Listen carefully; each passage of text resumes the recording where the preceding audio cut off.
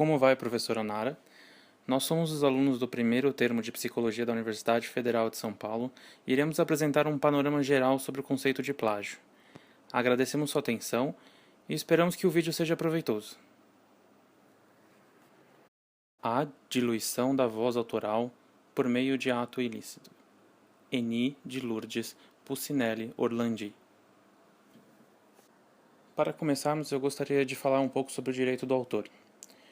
No artigo 7º da Lei 9.610 de 98, ele define muito bem como é que é determinado a autoria de um trabalho. Então eu vou passar isso para vocês. São obras intelectuais protegidas às criações do espírito expressas por qualquer meio ou fixadas em qualquer suporte, tangível ou intangível, conhecido ou que se reinvente no futuro, tais como os textos de obras literárias, artísticas ou científicas, as conferências, as alocuções, sermões e outras obras da mesma natureza, as obras dramáticas e dramamusicais, as obras coreográficas e pantomímicas, cuja execução cênicas se fixe por escrito ou por outra qualquer forma. As composições musicais tenham ou não letra que, por sua seleção, organização ou disposição de conteúdo, constituam uma criação intelectual. Então, a definição de criação de algo específico de uma pessoa é de autoria dela, e essa sua autoria é protegida por lei. Agora que definimos o conceito de autoria, nós vamos falar um pouco sobre o que é o plágio. O plágio, que segundo o dicionário Aurélio é assinar ou apresentar como seu uma obra artística ou científica de outra pessoa, tem como origem etimológica da palavra a palavra que vem do grego plágios, que significa trapaceiro ou oblíquo. Em outros termos, a violação intelectual nada mais é do que tomar um trabalho de uma pessoa e colocar como sua própria autoria. Isso é considerado plágio e é proibido por lei.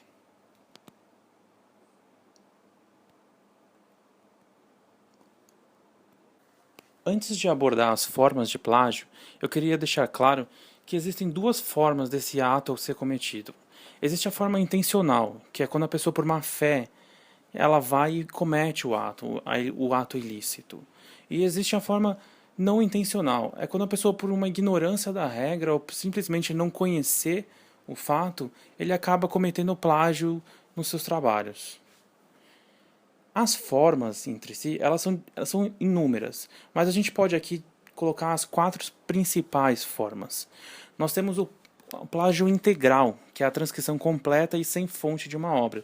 Então você tem uma pessoa que faz um TCC e copia o TCC de outra pessoa para apresentar porque o tema era o mesmo. Esse é o plágio integral. Tem o plágio parcial, que é a paráfrase. É quando você muda o sentido das palavras, mas passa a mesma ideia. Então você está pegando a ideia de um autor, mudando as palavras, mas passando a ideia que ele já compôs anteriormente.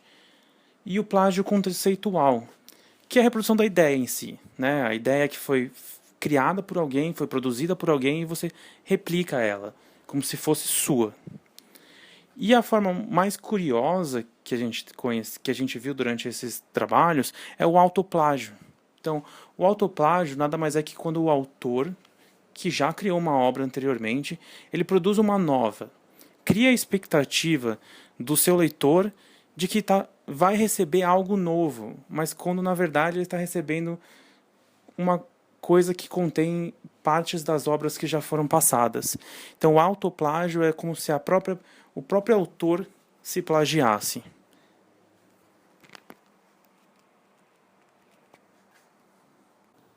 As principais causas do plágio moderno, da nossa nova era tecnológica, elas estão ligadas à internet.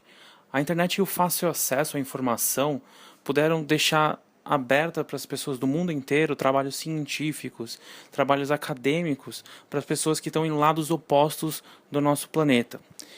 Então, e essas pessoas, quanto mais distante, maior é a dificuldade de se controlar o direito autoral. Porque nós temos dentro do nosso país órgãos regulamentadores. Mas como esses órgãos vão regulamentar trabalhos que estão fora do nosso país? Então, essa é uma das principais causas. Uma outra causa também muito importante é a falta da cultura acadêmica. Diferente das universidades federais, onde o processo e a ideia de trabalho acadêmico e de pesquisa já é mais maturado, fora das universidades federais, em particulares, nós temos uma cultura do não acadêmico, né? As pessoas não usam as regras, não se importam com a origem da informação e nem sequer de dar crédito a essa origem. Então, essas duas causas, elas resumem um pouco do porquê o plágio é um problema tão grande no mundo acadêmico.